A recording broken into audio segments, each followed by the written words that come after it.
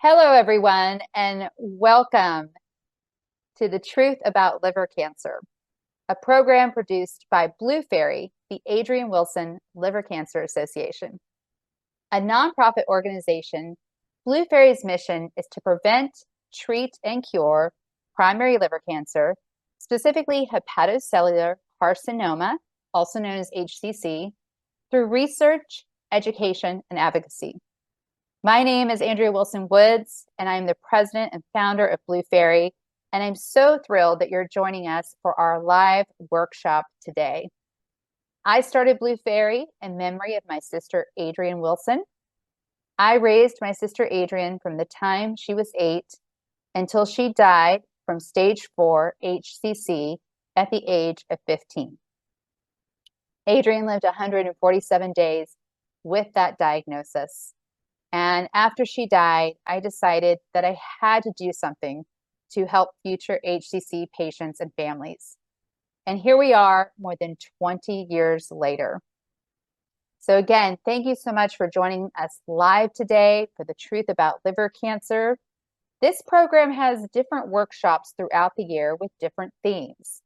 Today's workshop focuses on meeting the unsung heroes of the cancer care team. We hear a lot about multidisciplinary teams, but we don't always hear about every single member of the team. Our panelists today include an oncology social worker, a nurse navigator, and a caregiver. And we hope this gives you insight into the different types of support you can receive throughout not only your cancer journey, but throughout your healthcare journey. Now, before we get started and welcome our first panelist to the stage, I want to talk to you a little bit about Zoom webinars because it's a little different than the Zoom meetings you might have been sitting in on.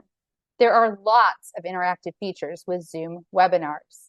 So sometimes you can see the toolbar, sometimes you can't. You may have to take your mouse and kind of glide it over the screen and the toolbar will pop up. And you will see the chat. Please, we would love to see you engage in the chat. Feel free to do so. However, if you have a question, put it in the Q&A and you will see literally Q&A and put that question there because at the top of the hour, the panelist will be answering your questions. You can also upvote another person's question. So let's say someone already asked the question that you were going to ask, you can upvote it and we'll make sure to get to that question first.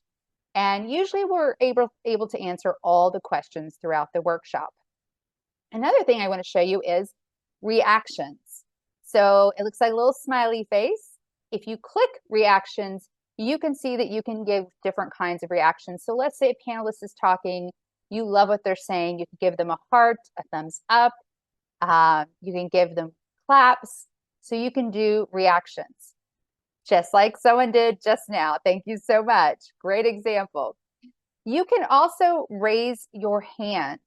So if we're able to, we will unmute you and let you ask your question live if you want to raise your hand. But otherwise, we do encourage you to put all of those questions in the Q&A. And I see a lot of people have joined us. Again, welcome. You're here for Blue Fairy's The Truth About Liver Cancer, Unsung Heroes. So let's get right to it. Let's bring our first panelist to the stage. I am so excited for you to meet Kara Klink. Kara is from Newark, New Jersey.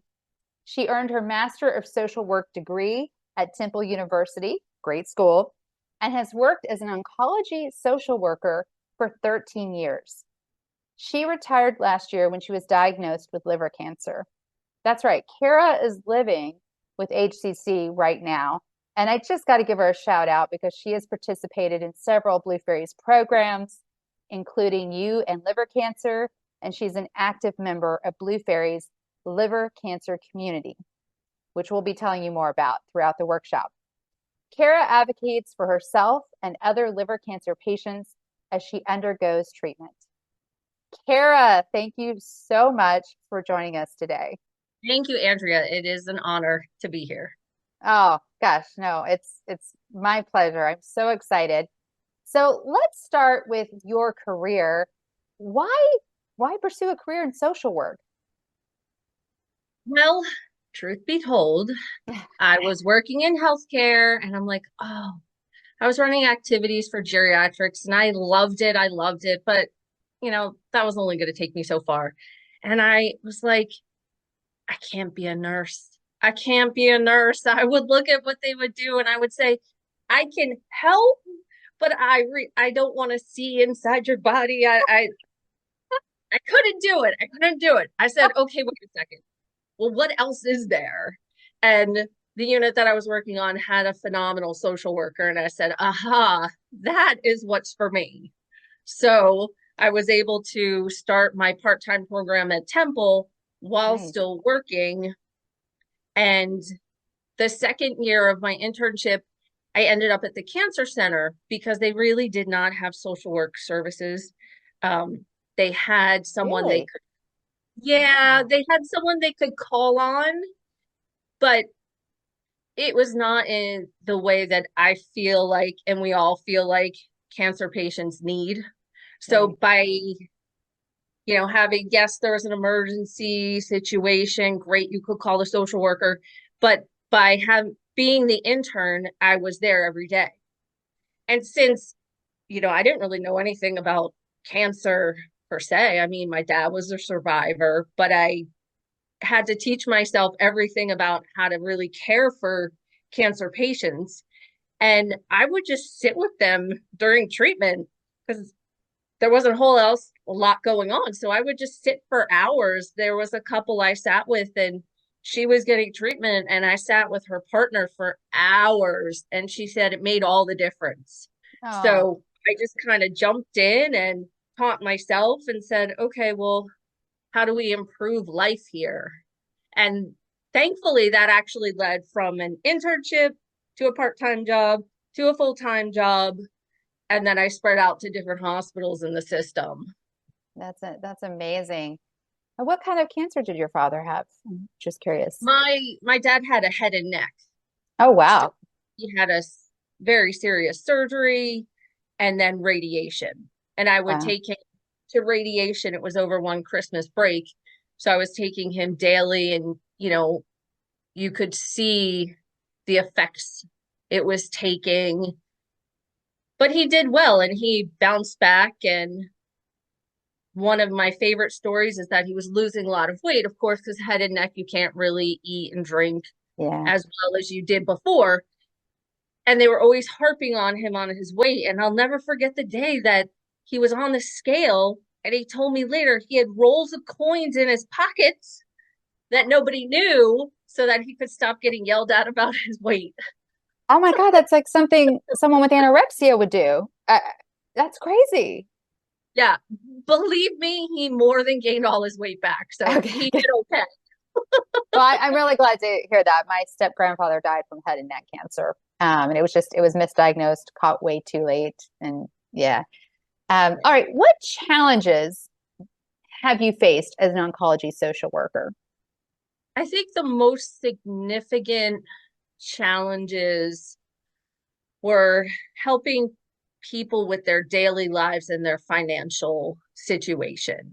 I think it was twofold. I was just talking with Jeff yesterday about the beauty of my career, and I was able to start in a suburban setting. So we did a lot of support groups and I Mm. did a lot of counseling and a lot of, we had art therapy and it was how to deal Oh, with the cool. emotional. Yeah, it was great. She was really great. How to deal with the emotional side of cancer and where to get support.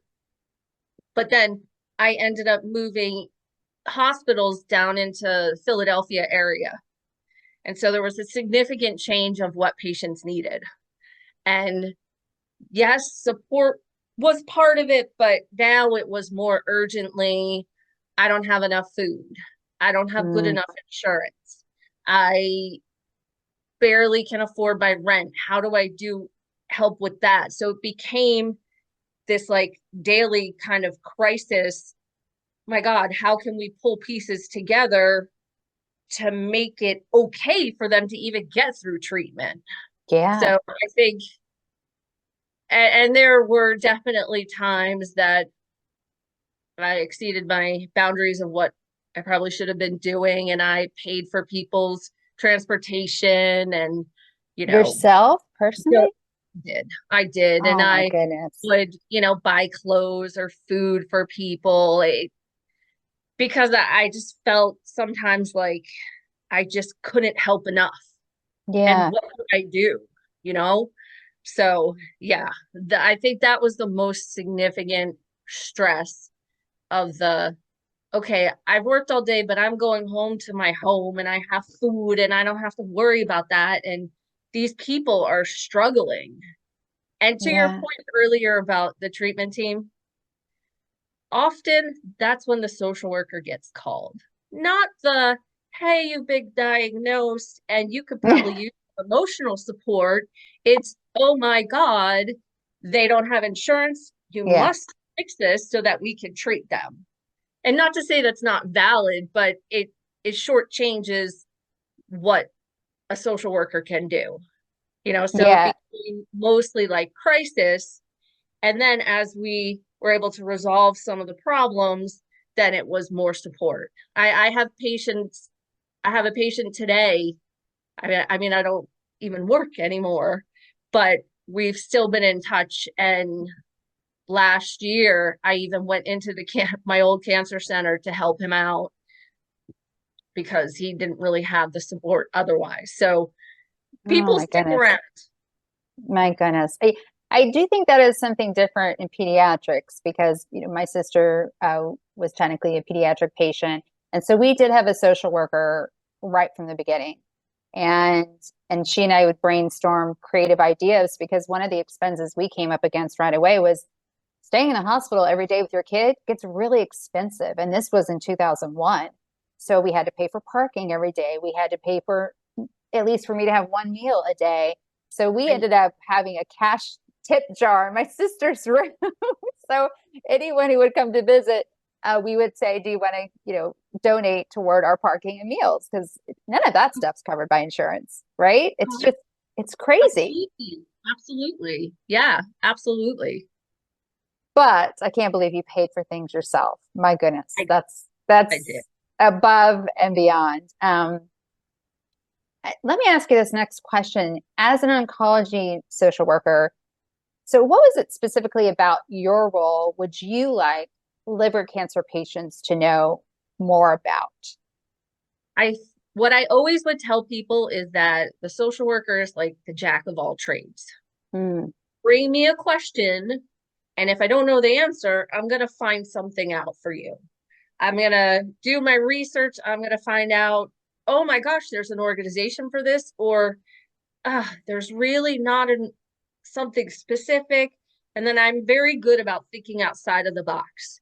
So we would be able to figure out, like, okay, if this grant is for this, mm, then you could take that money and pay this, and really we spent a lot of time trying to figure out what was the best way to put pieces together. So what I would say is don't hesitate to ask for anything, you know, um, anything you could think of, or just to have someone just to listen to. I mean, that is what we're here for.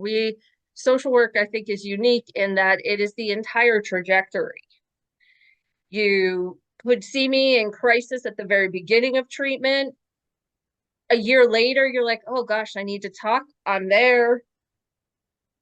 3 years into your survivorship, an issue has come up that you want to talk about, and I'm there. So I feel like most other positions are specific to the situation, but social work truly is really open ended. So I would say if there's a thought, just ask. If you just yeah. start talking about what you're concerned about, that social worker should be able to hear you and then maybe suggest something that you didn't even know was an option. So I would say absolutely ask to talk to them if they don't come to you first. And don't be I afraid to come back later. Yeah, I think that's great advice. And also just from the very beginning, ask for a social worker, right? Because they're there.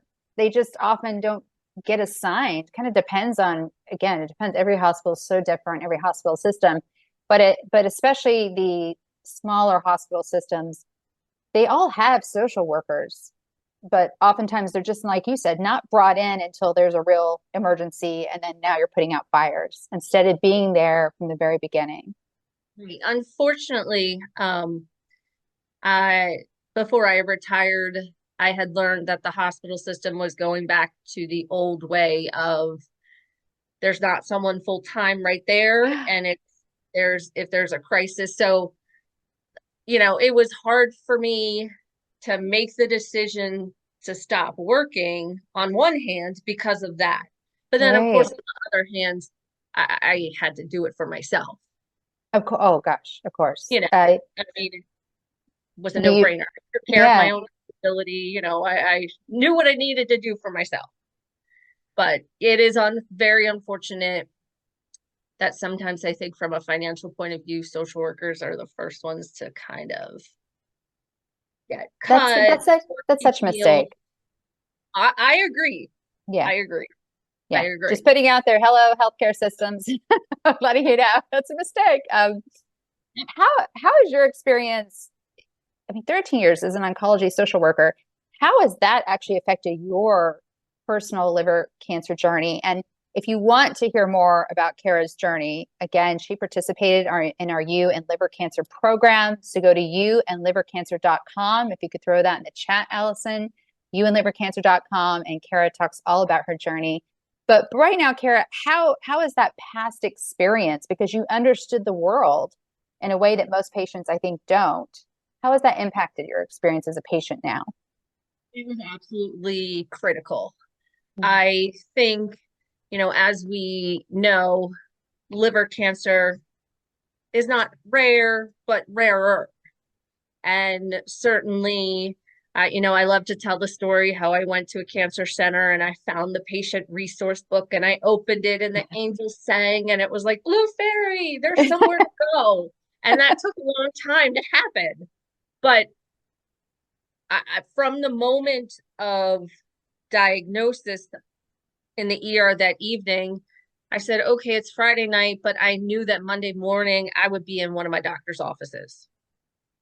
I didn't have to necessarily wait for Monday to call and make an appointment. I knew that I was going to go to work and I was going straight to an office to kind of get the ball rolling. So it was absolutely privilege of being able to get in and start to unravel this mystery very quickly. It was education so that I kind of understood what was going on because yes, liver cancer is a pretty significant diagnosis. I'm a stage 3B. It doesn't really get much worse than that until of course it's stage 4. So, I was covered in tumors. It was starting to creep out of my portal veins like I was in total crisis mode. Wow. Um, And I would reflect later when I was like cleaning out some of my stuff. I said, this is why I ended up in oncology. So that when it was my turn, I understood.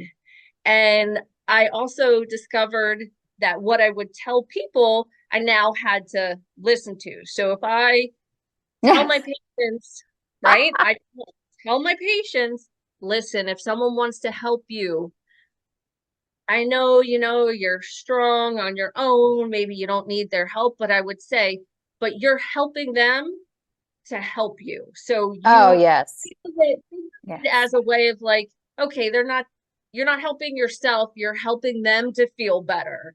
That's So right. so I had to start taking that advice, right? So you're My saying you had trouble taking your own advice? I I did when it came to that. Like my colleague got me a gift and I was like, oh, I can't accept this. And then I have to say, Kara, wait a second. If you were not the one with the cancer, you'd be the first one collecting for your coworker, So I had to be Yeah. kind of chuckle to myself and say, wow, this is amazing how full circle things can go. And yeah, then I was Yeah. like, And hey, I did pretty good with advice when I realized it made sense for me too. Well, giving it is a lot easier than taking it. It really is. And I love what you said because people do want to help. And so, what I tell patients and families, if it's not too much trouble, the more specific you can be about what you need, the better.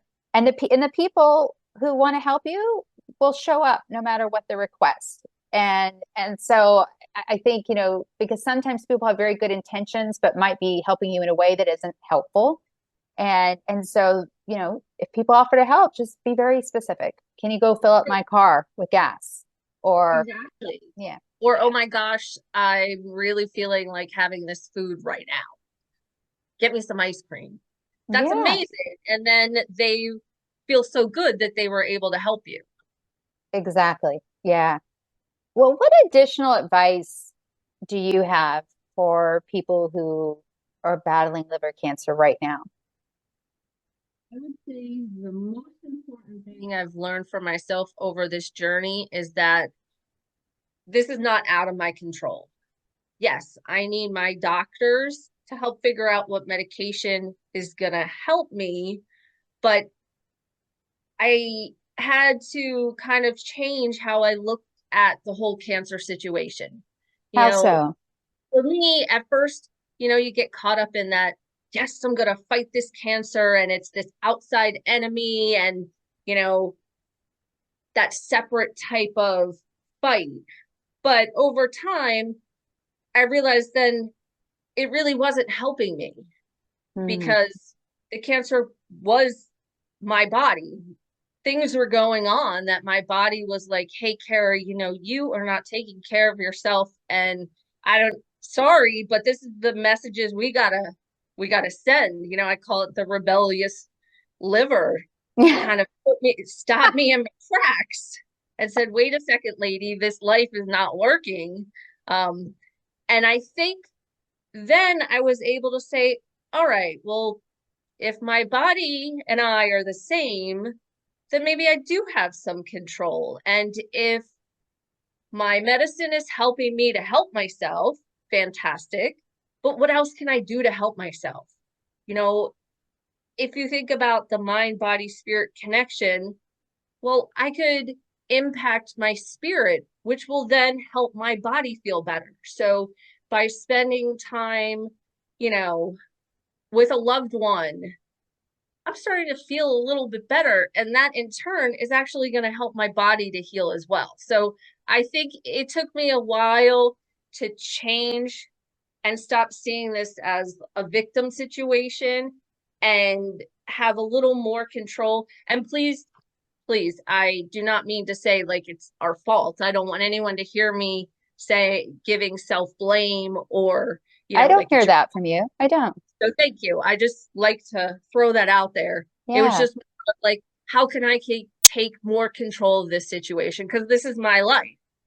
And I agree with my doctors. This is the treatment plan. But what else can I do to help myself? And one of the other things was just to give myself a lot of grace and try to understand like things have changed now. And yes, in your mind, you could do X, Y, and Z, and you can't anymore. And that's okay. And we just have to adjust. And Yeah. it's been quite a journey. It really has, but I am thrilled to report that my labs are all normal. My scans have showed incredible shrinkage. So I'm really in an amazing place. Oh God, that's such good news. And everything you're saying reminds me of the book Radical Remission by Dr. Kelly Turner, where she did a retrospective study of cancer patients, all different kinds of cancers, but all of them were told their cancers were terminal, um, it was too late, etc. Right? Very serious diagnoses. And she looked at the commonalities, the overlap of these radical remissions, because that's what the doctors called them. And she came up, I think, with 9 or 10 pillars. And a huge part of it is that by health, sorry, body, mind, spirit connection. huge part of it. And she really breaks it down. So I just, for the audience, I highly, highly recommend that book. I don't think the book existed when my sister was diagnosed, but I wish it had. And because I know I would have found it really helpful. And my sister was very much on the same page as you. She um, felt like, well, in Chinese medicine, our livers are where our anger is stored. And so for my sister, it was really important for her to let go of anger she had toward different people. Um, our mother who abandoned her, her father who died before she was born, and to let go of all of that. Uh, she felt that that was essential to her quality of I life. I absolutely cannot agree more with that. When I think back upon my diagnosis, there's no medical reason. I don't have any other comorbidities that would lead to liver cancer. And That's right. I started doing some research into more Chinese medicine and, what does the liver hold? So for me, without a doubt, I know that is exactly what is happening. For me, it may not be as much anger, but I was undiagnosed ADHD, and that took a huge toll over how I felt about myself and the constant shame of, but I'm smart. Why can't I do this the same? Why am I failing in my own mind? And why aren't things quite working better? And it was a lifetime of struggle and stress and chronic, like daily anxiety of, oh my God, am I going to be able to do enough, be enough? And yes, sometimes, of course, it's unrealistic what I was putting on myself. I get it.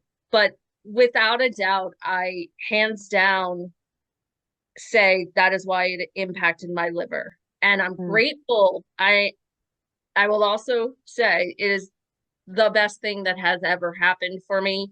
Um, the change in life has been incredible and what I desperately needed, which is why my body helped me with it. Um, and yeah, absolutely. And for me, like your liver can regenerate. So isn't Yeah, that kind of the it's amazing. perfect organ to get these messages from and then say, well, you can continue on this path and you're not going to be here very long. Or you can kind of stop and reevaluate and figure out how to make your life better, which will then in turn heal your liver. That is my story. One last question, Kara, before we bring our next panelist to the stage. And Kara will be back at the top of the hour for Q&A. So get those questions ready, put them in the Q&A now. What types of supports do you think liver cancer patients should tap into more? I think Blue Fairy is, again, the only organization I have found. So, without a doubt, come to this group, you know, come and learn. You can't find support groups. You can't find support groups for liver cancer. Um, and I think it's really important to find other patients because you can relate on a different level. You can have the most amazing supportive family and friends and loved ones, which I do, but there are still going to be things that I may not want to talk to them about because I Yeah, don't want to upset them, and vice right. versa. That was always my other advice to my patients is it's okay for you to have things you want to say separate from them and them separate from you. At one time I was counseling a couple and that's what we did. We each talked, then I would try and help them in general with some of their issues, but find support. It, Oh, it makes a difference. that's amazing. I'm glad you found us, and Kara will be back, and she is a member of our liver cancer community. So Allison's going to throw in the chat the link to the liver cancer community on our website. That way you can learn more about it before actually joining. And again, the liver cancer community is private, HIPAA compliant, i.e., it's not a Facebook group, and it's available in English, Spanish, and Portuguese. So you'll see that in the chat. And Kara, we're going to say goodbye to you, but not for long. And we are going to bring our next panelist up to the stage. Jessica Kropack BSN, RN, is the liver tumor coordinator at the University of Chicago Medicine. She has been a nurse for 12 years, specializing in burn ICU, amazing, surgical ICU, PACU, and most recently, hepatobiliary diseases. She sees a wide variety of patients, including hepatocellular carcinoma, cholangiocarcinoma, which is a rarer type of liver cancer in the bile ducts, neuroendocrine tumor, and colorectal carcinoma that has metastasized to the liver, adenomas, hemangiomas, and focal nodular hyperplasia. The goal for many patients is to become a transplant candidate. Patients who meet the criteria for transplant are then referred to University of Chicago's Living Liver Donor Program, which I hope we have time to talk about. Jessica, thank you so much for joining us. How are you today? I'm doing good. Thank you for inviting me. Why did you pursue a career in nursing? Let's start there. Of course. So, when I was younger, I had a very close friend that was diagnosed with leukemia.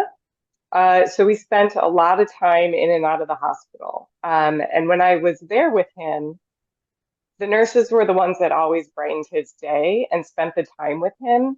And so I know, like, it always stuck in my head of how much a difference a nurse can make. So that just stuck with me throughout my life and pushed me right from college into nursing school. Oh, that's an amazing story, and I so agree. I am still in touch with some of the nurses that treated my sister over 20 years ago at Children's Hospital Los Angeles because they are that special. They really are. They made a They huge really difference. are. When did you decide to specialize as a hepatobiliary nurse? So I donated my kidney to my mother in 2020. Wow, Yes. that's amazing. So kind of going through that process, and I donated at University of Chicago and working with my coordinator and my mother's coordinator, it kind of gave me the insight to a different type of nursing. Hmm. And the coordinator role like helped both of us navigate through the whole process smoothly and felt supported. And so I kind of just discussed with them what was open, and I would be interested in that trying that type of nursing. And it so happened that the hepatobiliary position was open, and I was willing to learn it, and jumped in and took over. That's incredible. And I love that you talk about how that person was there for both you and your mother. So both the recipient and the donor of the transplant. And again, kudos to you for donating one of your kidneys. So you now work today as a nurse navigator. Would you explain to everyone what that means and what does your role entail? Yes. So as the nurse navigator, you kind of do two separate roles. So you are doing all of your basic nursing roles as such as looking at vital signs, assessing the patient, looking at lab work, ordering medications, adjusting those medications, um, and doing their intake for them. But then as the nurse navigator, you're also then following up with those patients. You're getting their scheduling, you're ordering their imaging for them, you're staying in contact with oncology, with radiology. You're kind of that middle man for all of the other specialties that that patient may have. And you're kind of taking it on their plan of care and making sure it happens. Yeah, when my sister was diagnosed, that role was called case manager. And one of the things that she did for us that I think might have been one of the tougher things was we were seeking an outside second opinion, but in the meantime, we were not happy with the pediatric oncologist we had. He just wasn't a good fit for our family. And she helped us find a better fit because she actually agreed that he wasn't a good fit. And so she helped us find a better fit and navigate that process. And so, I mean, I felt like I had her number on speed dial back then, even though I had just gotten a cell phone, but she was so helpful and there all the way with us. Can you tell us a little bit about some challenges and then successes that you've faced specifically as a hepatobiliary nurse?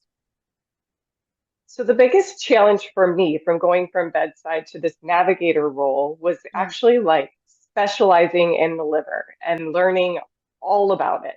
As a bedside nurse, you kind of know your basics, but jumping in and knowing the different type of cancers, all the protocols, the treatment options, um, how we surveillance people after they're cured. All of this was a big learning curve for me.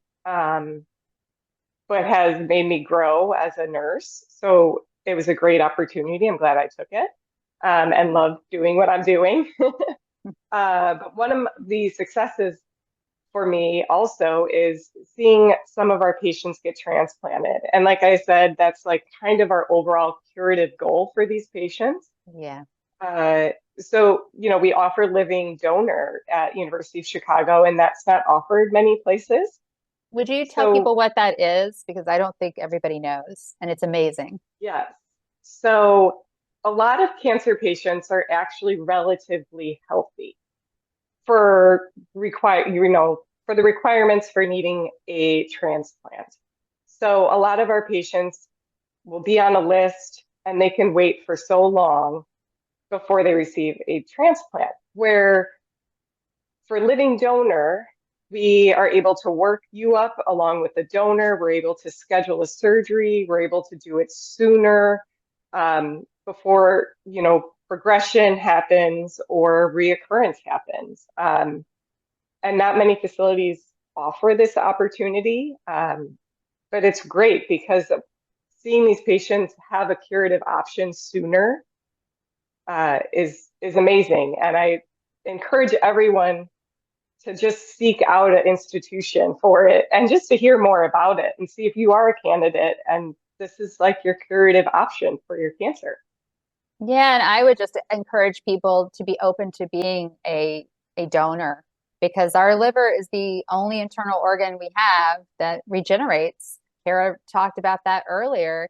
And that's what's amazing is you can give, I think it's up to 2/3 of your liver to someone else. And again, you have to, of course, be compatible, but your liver grows back. It's like such a phenomenal organ. And so I encourage everyone to consider being a living donor. And in fact, I met someone in San Antonio last weekend at the San Antonio Liver Cancer Symposium who has qualified to be a living donor. She was very funny because she was like, I can't drink alcohol. I haven't for 12 months. It's all part of the protocol. But she wants to give back and she's incredibly healthy.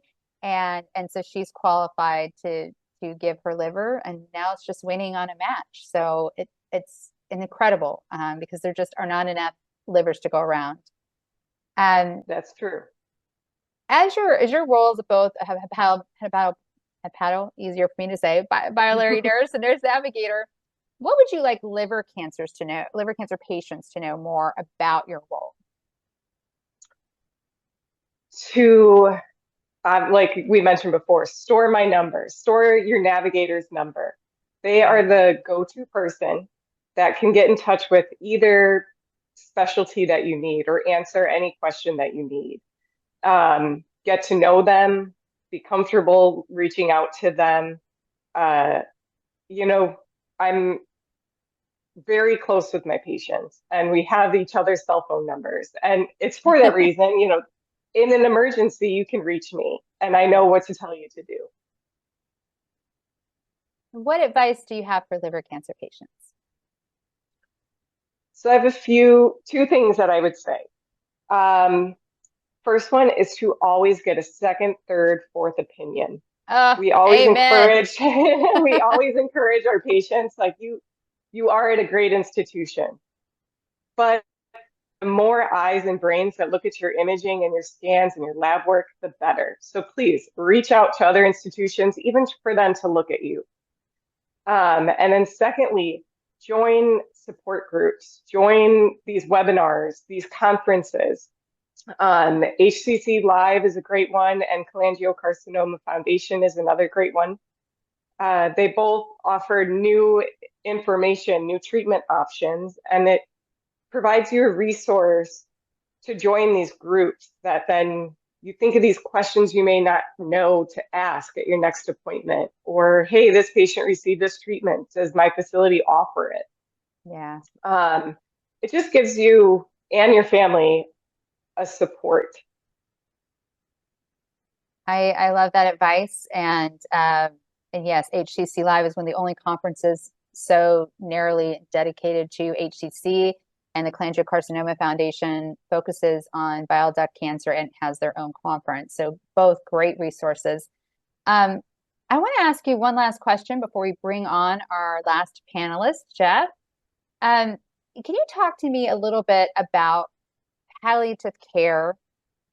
Because it's something I'm personally very passionate about. And I know at University of Chicago, you talk about early palliative care. So what exactly does that mean? So we did start offering palliative care on diagnosis. And a lot of patients are hesitant until we are able to tell them exactly why we're offering this service. Palliative care is not hospice care. Palliative care is a resource for the family and the patient to kind of have a support and for mentally, physical, like all the aspects that you will need to endure in treating your cancer. Palliative care helps with that. And it's just really, it has a stigma of people thinking that it's end of life care. And it's definitely not. It's even happening through curative care. It's just, it's something that I would love for patients to not be hesitant and ask for it. It's just to support you and your family. Oh, God, that's such great advice. And Kara said she loves her palliative care doctor. Kara, I think you put that in the panelist chat. Please share it with everyone. It's and I'm so happy to see, because I have to tell you, 20 years ago, the words palliative care were never mentioned. Never mentioned when my sister was diagnosed. Didn't come up, not one time. I just don't think it was a real specialty yet, even if there were some doctors doing it. So Jessica, thank you so much. She's going to stick around the top of the hour for your questions. So we're going to say goodbye to Jessica momentarily. And now we are going to bring Jeff Cape to the stage. And as a reminder, Blue Fairy has a liver cancer community that's private, HIPAA compliant for patients and caregivers. So Allison, if you could throw that in the chat once again to learn more about our liver cancer community. All right. Jeff Cape is a 48-year-old caregiver to the love of his life, Kara. Yes, the Kara that you just met. He has a unique perspective on cancer, and he's grateful for the awakenings and opportunities it has shown him. In addition to Kara, his brother and father have also had cancer. And while cancer is a debilitating illness, he focuses instead on the wholeness and making each day count. And when not enjoying every moment with Kara, he works as a regional manager for Wren Kitchens and spends time with his daughter. Jeff, thank you so much for joining us. Thank you very much for inviting me here. It's been wonderful hearing everyone's experience, strength, and hope. And as a caregiver, you really are a member of that healthcare team, and you are absolutely vital. Can you talk a little bit about when Kara was diagnosed and how you guys reconnected as a result? Of course. So Kara was diagnosed in December of 2022. She had abdominal pain. She wasn't feeling well. Like, what's going on with this? Long story short, went to the hospital and, oh my gosh, it's a diagnosis for liver cancer. Wasn't told how severe it actually was, but she had 46 hours of full thox, and it was quite challenging for her. I didn't realize this until a little over a year ago. Kara and I, we actually weren't even speaking when she was diagnosed. We had dated 30 years ago in high school. So we were kind of high school sweethearts, and throughout the years, she had always kind of thought about looking me up. I thought about looking her up, but it never really happened until she got her diagnosis. And she made a list of people whom she wanted to contact. And thankfully, I was on that list. And it just so happened. It just so happens that no one knew there was a love story in today's workshop, but there is. So she reconnected with me, and we actually just start off just kind of like reconnecting and being friends. It didn't turn into something real serious, I'd say, until about maybe, gosh, and you'll have to correct me, Kara, like maybe 6, 7 months ago, it's like, okay, there's definitely something here. I am, I know it's going to sound weird. And I think that maybe for any other caregiver who's watching this, I try to flip the script on just about everything with this. This doesn't need to be something which is just so debilitating and awful. Like there can be a lot of really good parts to your story, and this is one of them. I'm grateful that Kara was diagnosed because without that, it wouldn't lead us to where we are now. And now is a really good place, and I'm grateful. I say the same thing about my former marriage. If I had not gone through that, and I won't define what that is, but if I had not gone through that mess, we'll say, I want to keep this PG, I wouldn't have met the love of my life and the partner I have now, who's amazing. So I hear you. Tell me a little bit, because you kind of have an outsider perspective, right? And now you're the insider, but initially, like when you were looking at it from that perspective as her friend from a long time ago, how did her diagnosis affect her immediate family and friends? So immediately, her family and her friends went into just crisis mode. So kind of circling the wagons. Like this is somebody who we love that we cannot believe has this debilitating disease. What are we going to do? So it became, when you become terrified of something, it becomes fight or flight, and that's where they were. And it was okay. So how do we make sure that we keep Kara going so that way she can keep going another day and another day and another day? As time has progressed, that has changed for most of the people within Kara's life, where it's like, okay, we're now going on this journey for now almost a couple of years. And, we can actually say that we're almost in a maintenance phase of this journey. So, how do we change the outlook from one of being, terror based and how are we going to just make sure that Kara is surviving to how is she thriving? Who was Kara's primary caregiver before you came back into her life? So it was her mother, and her mother and I right now, we do kind of switch off duties with that. So her mother, what happened was Kara, she was not able to care for herself, and she had to move back home with her mother. And her mother took care of all of the day-to-day function, day-to-day duties for everything until Kara could really get the strength to do them herself. Now that I have kind of stepped back in with Kara's life, what we do is it's kind of interesting. Like I feel like I really kind of hit the emotional supports, really kind of help build that castle and that structure for having a good emotional just well-being for her. Her mother is very much into the physical, like we're going to make sure that you have the best food possible. We're going to make sure that you have what you need. My job, unfortunately, I do travel quite a bit. So, on days I'm not there, her mother's there. But then when I'm back, I take over with all that. That's amazing. I know you talked a little bit about boundaries, and I feel like that's something we don't learn about early enough in life. There's a great book called Boundaries. I forget who the author is, but look it up on Amazon, everyone. Highly recommend it. Wish I'd read it when I was 20.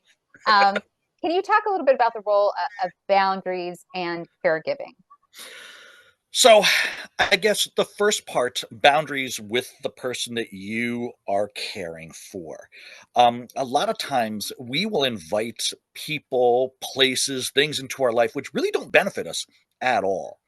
And when you're in the midst of it, you don't see that it's something that you don't really need until it gets pointed out to you. Like, well, tell me, how is that really benefiting you? What is it that's giving you some kind of joy or betterment in your life? So, as a caregiver, really helping the person who you are caring for to realize, listen, the things that aren't adding value to you, it doesn't need to be a mean thing, but you know what? You can drop that like a hot potato and not feel bad about it. And then really just focus on the things which do help you and do add value to you. And I'm grateful that Kara and I, like, we have really kind of done this for each other. This whole thing of setting boundaries for the people, places, and things in our lives which, don't add the value that we need. How do we change that narrative and then focus in on what we need? And then as a caregiver, really also setting those boundaries and realizing that, and I've seen this happen a lot. Like when my brother was diagnosed with rectal cancer, and he was absolutely amazing.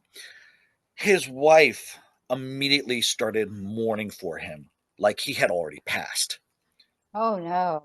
Oh And it God. was like, oh my gosh, she's gonna die. And I remember hearing like, what are you talking about? Like, he's still here. Yeah. There's Yeah, he's right no here. need. Yeah, there's no need to be terrified about this.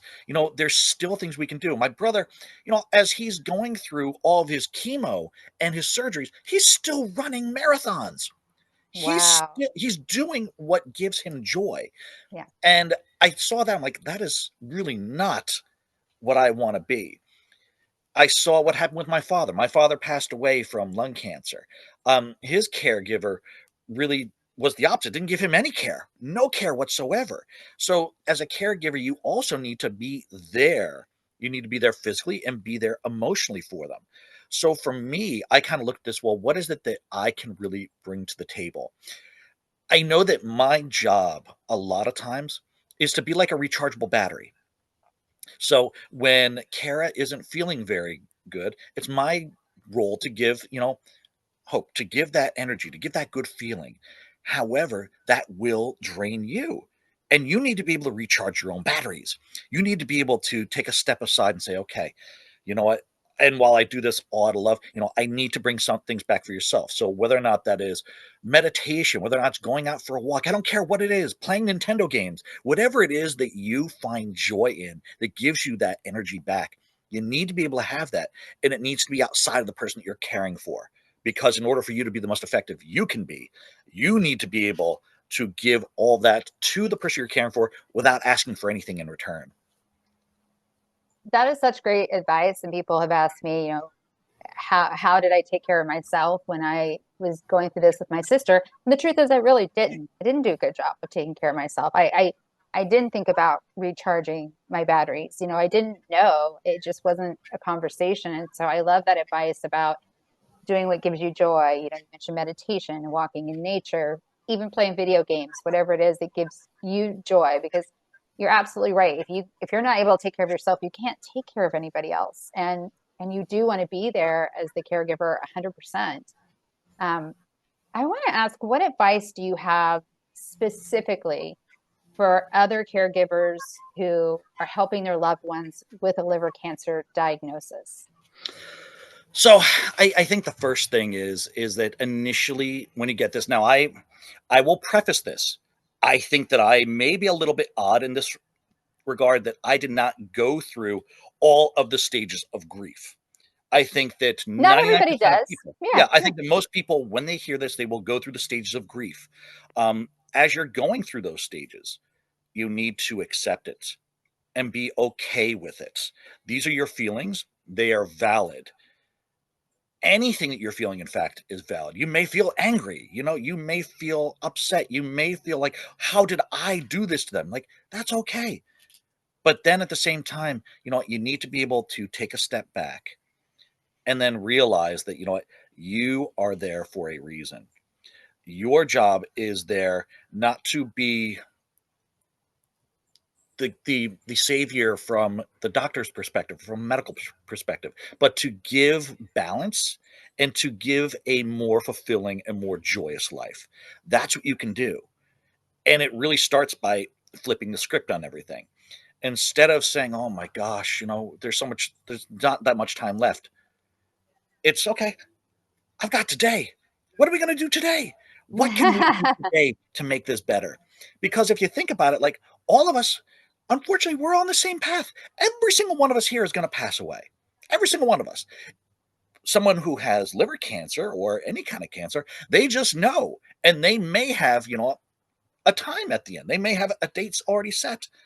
How do you make each and every day count and not focus on that end day and not react out of fear of everything? This is nothing to be fearful of. Everything that's happened has led us up to this point, and right now is really, really good. I love that because you're really talking about living in the present, right? And it's not that you shouldn't have goals, because that often helps with treatment to have milestones you want to achieve, but you're also really talking about living in the present. And one of the things that I heard years ago, again, not soon enough, but but I heard years ago, was that depression is living in the past and anxiety is living in the future. Mhm. And I can swing back and forth between those things, but more I tend toward depression. And And so I think that's just so valid. Like, what can we do today? And that was very much my sister's attitude. Like when she went to back then it was inpatient chemotherapy. And when she went in, she would tell everybody, I've got things to do. I got places to go. I got people to see. I have plans. I need to be out in this many days because we never knew if it was going to be a good or bad round and how many days Mhm. she'd be in the hospital. And she'd just be like, let's get on it, people. Let's do it. So Mhm. wise beyond her years, I should say. Um, Tell me a little bit about what this has been like. You've had this experience of having two family members with cancer, Mhm. but those are two different kind of family members, a parent and a sibling. What is it like deep in your soul? And you can pass on this question if you like. What is it like deep in your soul to know the love of your life has cancer? Okay, and here's again where I think that I may be in a minority with this, but Go for I it. I want to am hear it. so grateful. I cannot even describe for you how grateful I am that Kara has cancer. And I know people are like, what are you talking about? Yes, because without that diagnosis, we never would have reconnected. So I Yeah. never would have known, I never would have known this happiness right now. It's necessary. A lot of what I do is really trying to flip the script and really just trying to look at things from a different perspective. With this diagnosis, it's been like a gnosis, like a knowing of, what, there is so much more to life.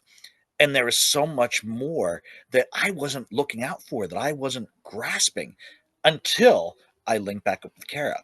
It has taught me fearlessness. I mean, Kara, she is absolutely fearless. She is a warrior with this, but I have done so many things which in the past would have terrified me completely. I like, so give us an example. Like what? Now I'm dying to know. Okay, so I was given a position with my employer, I'd say just about a little over a year ago, and I remember telling Kara about this, where it was a lot bigger position. It was a lot of travel, and in my past, like, oh no, no, no, no, no, like I'm situated, I'm comfortable, I'm not going to rock the boat. I was going to say, Yeah, forget it, let's do it. we don't like change as human beings. Yeah, We we don't don't. like change at all. And you know what? It's the change of just really letting go of all those things that I thought that I needed, but I really don't. Everything I need is right here around me, and that includes Kara. And it's things like that which really do add value and really make me have the ability to give what I do to Kara. Oh gosh. Well, I can see why she's so in love with you. You are so emotionally evolved, not just for a man, but for a human being. Like it's incredible. You're just so wise. Jeff is going to stay with us, and Allison's going to bring back both Kara and Jessica to the stage. And while we wait for them to come back to the stage, we're going to launch a poll. So we want to know what changes you're going to make based on what you've heard so far. So go ahead and launch that poll. In the meantime, I'm going to ask all the panelists to mute themselves. So again, after participating in the workshop, what changes regarding liver cancer care do you plan to make within the next 1 to 3 months? Are you going to seek out support from Blue Fairy and other patient advocacy groups? Are you going to join a community for liver cancer patients and caregivers? Are you going to talk to a mental health professional or other healthcare provider? Don't forget your social worker, your nurse navigator. Are you going to read educational materials about liver cancer?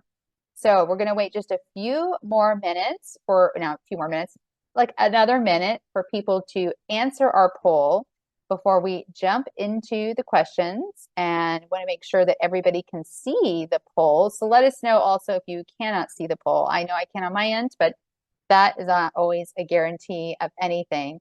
And good. I see some answers coming in. We'll give it one more minute. In the meantime, I'm just going to jump back over before we get to the Q&A with our panelists, and we might even let them ask questions to one another. I do want to thank our sponsors for their support. So specifically for this workshop, Unsung Heroes, thank you so much, Genentech, for sponsoring this event.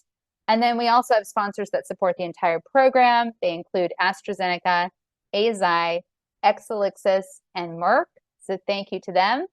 But at the end of the day, we could not do what we do without your support. So whether you're joining us live today or watching the replay on YouTube, please support Blue Fairy's efforts, especially because October is Liver Cancer Awareness Month. I know you wouldn't know that with all the pink out there, but it is Liver Cancer Awareness Month too. So please support Blue Fairy, and Allison's going to put in the chat, and we will also put on the YouTube video a link to bluefairy.org/donate. That's Blue Fairy, BLUEFAERY.org/donate. And now I'm going to go back to our panelists and let's see what we have from the poll. And let's share the results of the poll. So we have people that are going to seek out support from Blue Fairy or other patient advocacy groups. I'm so happy to hear that. And also read educational materials about liver cancer. And as a reminder, that's how Kara found us, through our patient resource guides. We have free educational materials that are in English, Spanish, and Chinese, and they've been distributed to over 700 treatment centers. Not to the first treatment center Kara was at, but she found us eventually, to over 700 treatment centers in the US, and we also ship worldwide for free. And the key to these guides is they are current, up to date, in layman's terms. We try to make them as easy to understand as possible, but also providing a really comprehensive overview of HCC. So I'm going to stop sharing our poll and talk to our panelists here and see what we have. I'm going to ask the first question. So I'm going to start with you, Jessica.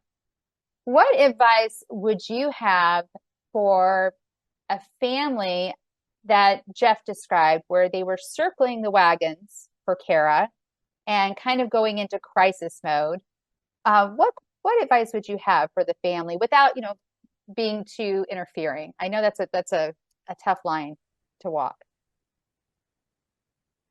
I would reach out to all your resources. Ask your nurse navigator to start social work, to start sending, support groups, any outside support to the family, and just keep in contact with the nurse.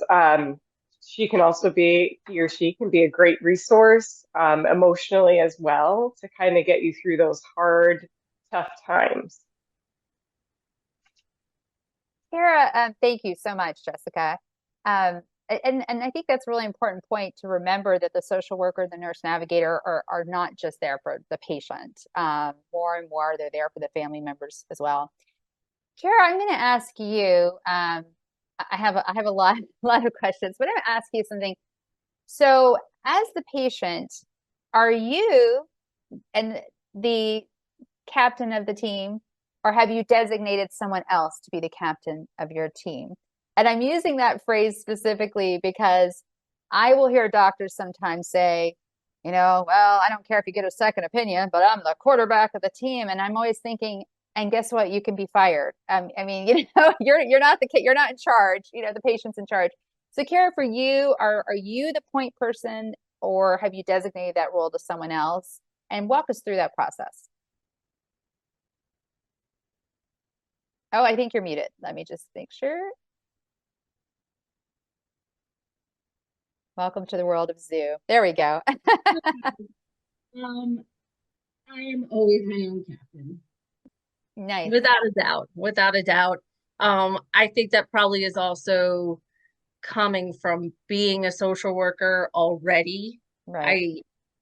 I felt like I, to a degree, knew more, frankly, than my family did at the beginning, of course. Sure. My mom's a nurse, so, she's very knowledgeable, but I always call my own place. Yeah. I was reflecting earlier when talking about palliative care, and I was recalling how when I was in the inpatient crisis situation, I had asked for palliative care at the beginning because I knew, I'm, a 45-year-old woman that just got diagnosed with a severe situation, and I wanted to talk to somebody. at the time, they canceled my consultation while I was in the hospital. What? Oh, yes. My stay was not so good. My stay was not so good. But now, after kind of moving through my hospitals and what was convenient for me and where I had support, and then moving home to New Jersey, finding, what would work for me, I am now at the perfect place, perfect place. The number one thing that happened was this doctor walked in, and I was now Kara with liver cancer. I was not liver cancer Kara. And that was a huge difference. It was just a total different way to look at things. And I have a palliative care doctor now, and it is just another person to talk to. It's just another level of support. It's validation for how you're feeling. It's someone else to kind of think through things with you. Right now, my pain is not an issue. So she's really more supportive care than anything else. But it's essential. Like, there is help, and just ask for it. And I feel like I've gotten a little off topic. No. But at the end of the day, no matter how badly I was feeling, I always was the one that was able to retell my story when I went to a different doctor. And like, that's the control I need to have for myself. Like, this is a terrible disease. We even went through the process of seeing if I would be a candidate for transplant, and I am not. And it was always important for me to make sure people understood the reality of the situation, and that treatment is time for me, and quality time. It's not cure. And yeah, I definitely have always kind of guided, and people would support and join me where I went. But yeah. So I want to share what Jeff said. I'm going to share it. And then also, Dominic, I see you have a question. Put it in the Q&A, and let Allison know if you have any trouble with that, or Allison can put it in the Q&A if you're unable to. I just want to share. Jeff said, Kara is the quarterback, the offensive line, the captain, and the manager of her care. Love it. Love it. But I also, something else you said that I think is so critical, that you're Kara with liver cancer, not liver cancer patient Kara. And I think people with diabetes face the same thing, because you're a diabetic, and that's how you're identified, instead of you're someone living with diabetes. That's what it reminds me of when you say that. And I really love that. And I think it's really important for doctors to look at people as individuals. All right, so I have a question for all of you. And let's say, Dominic, I'm going to go ahead and say your question. And let's see, it's two-parter kind of. So what can be done to increase coordination and collaboration between different organizations, especially between the ones that provide medical care and others that support families in non-healthcare ways? So Jessica, let's start with you on that, and then we'll kind of go full circle and have Jeff and Kara chime in as well. So I know from our personal experience, a lot of our doctors, we will look at scans from people out of state and give our opinions and reviews. As long as you as a patient reach out to the nurse coordinator and tell her, hey, I would like you guys to maybe discuss further care with my team that's out in wherever you're located, and provide those emails and phone numbers. I know generally our team will do it, and will reach out, and they'll kind of collaborate on treatment plans, so that way you can stay local and be around your support system. Nice. Regarding the other question, I feel like it can be much better than what it is right now. I agree. Yeah. To be honest. It's something we all need to work on, and I think as like hospital organizations also need to work on it. So I don't quite have an answer. I do agree with you, though, that it needs to be worked on and be better. Jeff, you have anything to add? Kara? So, in talking about, what can we do to kind of better coordinate everything, I think maybe one of the things that we do tend to look at is, as someone who has cancer, okay, so what can the hospital system, what can the medical system do for me, and have these different programs and systems set in place to make everything okay for me. Unfortunately, that doesn't always happen. It doesn't always occur like that.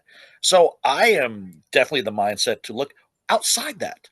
Where else can you find support for yourself?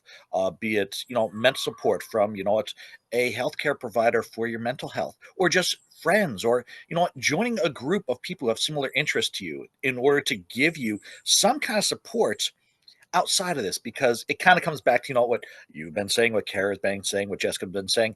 You know, I'm not a cancer patient.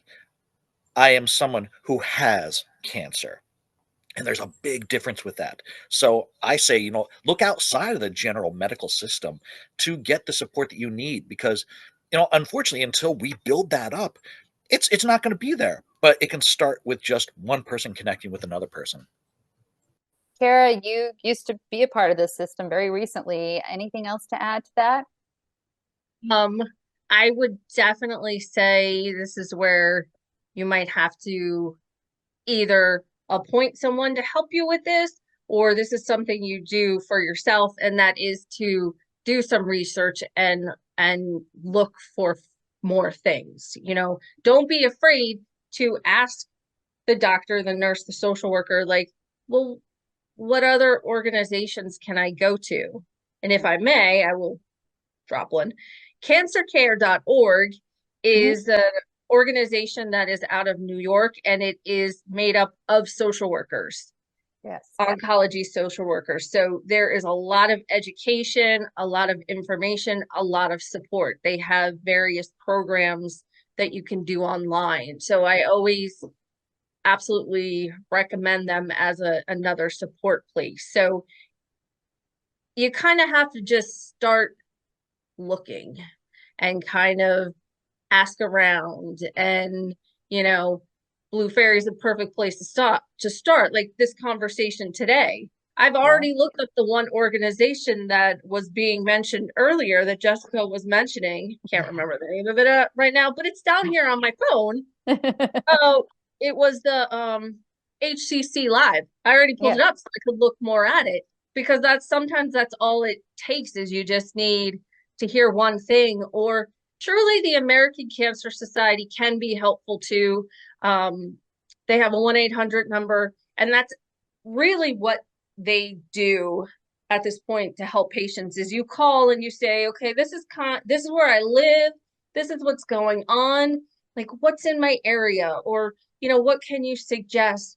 And sometimes you might bring a resource back to your hospital system that they didn't really know about, or they didn't know. So it kind of goes both ways. And I think it's a good way to take more control in your situation. Like, you're not just waiting for drugs to miraculously cure everything, 'cause that may not be the case. It's, all right, what else can I do for myself? And like I said, you could absolutely ask a friend or family member, like, hey, everybody, can you just start looking, see if you find anything, and go from there? Yeah, I just want to chime in two things. The second half of your question, Dominic, pretty challenging. But I do agree with Kara, delegate as much as possible. So that was something I did. I had certain people looking for clinical trials, and how do you get a 15-year-old in a clinical trial? That's much easier now than it was 20 years ago. But back then, it was unheard of to get a quote unquote pediatric patient in a clinical trial, even though my sister was a grown young woman, taller than me, weighed more than me before cancer anyway, and clearly was past puberty. So I did delegate certain research things out to people, certain tasks to people, to help bring that together.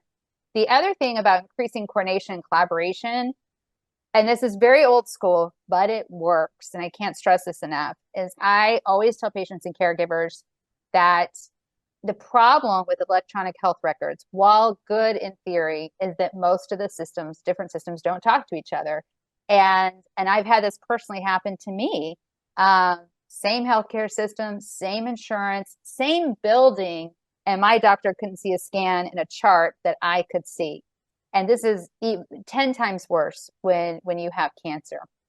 So what I always tell patients and caregivers is print every single thing out. Get a 3-inch, 3-ring binder, put tabs in it, one for test, one for insurance, one for whatever. Put everything in the binder, everything. And then the binder goes with the patient. So if the patient is going to see a GI, they've got the binder and they can pull up results that maybe the hepatologist had done, or maybe the surgeon, or whatever. Or if you, that primary caregiver, can't be there for that particular appointment, no worries, everything's in the binder.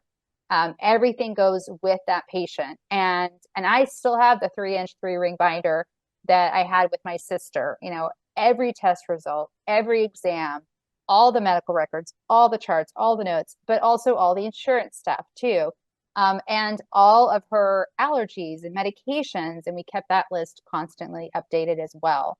So it's very old school, but it actually works quite well. And I have found that doctors are very receptive because they'll just make copies. They're like, oh, thanks. And they'll just make copies. So again, kind of an old school method, but I highly recommend it.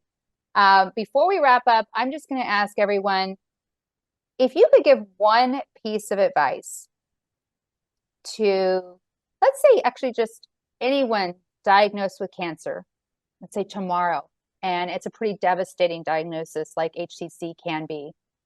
If you could only narrow it down to one thing, what would it be and why? And just because of where you are in the order, Jeff, I'm going to start with you, and then Jessica, and then Kara. All right. I would say realize it's not an end, but a beginning.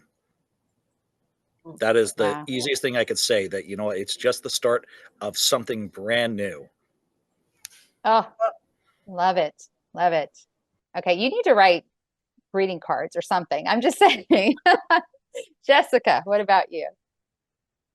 Okay, so mine was kind of similar, but always to not give up. There's always institutions that have different trials, different treatment options, to keep searching and don't give up. Oh, I love that too. And at Blue Fairy, we really work on what we call realistic hope. We think it's very, very important. Kara, let's wrap it up with you. Well, you already took half the words I was going to say. Sometimes I feel like we're very connected. I would second everything that has already been said. I would say absolutely hope. There's always, yes, hope to make things the way you might want them to be, or to decide what is best for you. And, I always remember I had a patient who it was time for hospice and there was nothing more that could be done medically. And it was hard for her, as for most of us, because of the way the system is, to see that that wasn't giving up. It was just going to be different. So never give up. Truly, there's no reason to ever give up, because if at some point, okay, my medications don't work for me, there's still care. There's still things that can make my life better. So I would, realistic, hopeful. It is a brand new journey that if you had told me on December 16th of 2022 that it would be the best thing that ever happened to me, I would not have believed you. But it was the start of the best journey ever. And not just because of this, of course, incredible love story, but just for me as an individual, it was the start of an incredible journey that I would not undo.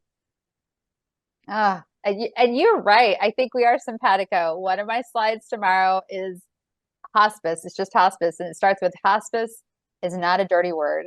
Hospice is not giving up. It's like That's what I said to her. I said, it's not giving up. We're just changing what the focus is. So now the focus, instead of the drugs that stopped working for you, it wasn't you that failed. You Right. didn't fail. These drugs failed you. They don't work anymore. But now we want to make sure that your pain is taken care of, that your quality is better, you're comfortable. Like it is, yeah, that's a whole other conversation we could have about the shame of how we don't use hospice properly. Yes. Yeah. Yeah, that may be a topic for next year, like just by itself, a topic about hospice and really a deep dive. I want to thank all of my panelists today. Again, whether you're watching live or watching this later on our YouTube channel, I just want to give them a virtual round of applause. I don't want to clap and screw up the recording, but thank you, Kara, so much. Thank you, Jeff. Thank you, Jessica. I feel like you provided so much wisdom and knowledge and hope. Back to the word hope to people that are going to see this. And I really appreciate you taking time out on a Saturday to do this. And again, please support Blue Fairy. Go to bluefairy.org/donate. That's BLUEFAERY. We can only continue providing all these programs for free with your support, as well as the support of our generous sponsors. So again, thank you, everyone. I hope you have a fantastic Saturday. And we will see you at the next The Truth About Liver Cancer on Saturday, December 7th, where we are going to be talking about rural realities. So what it's like to access healthcare in the rural setting and how difficult that can be.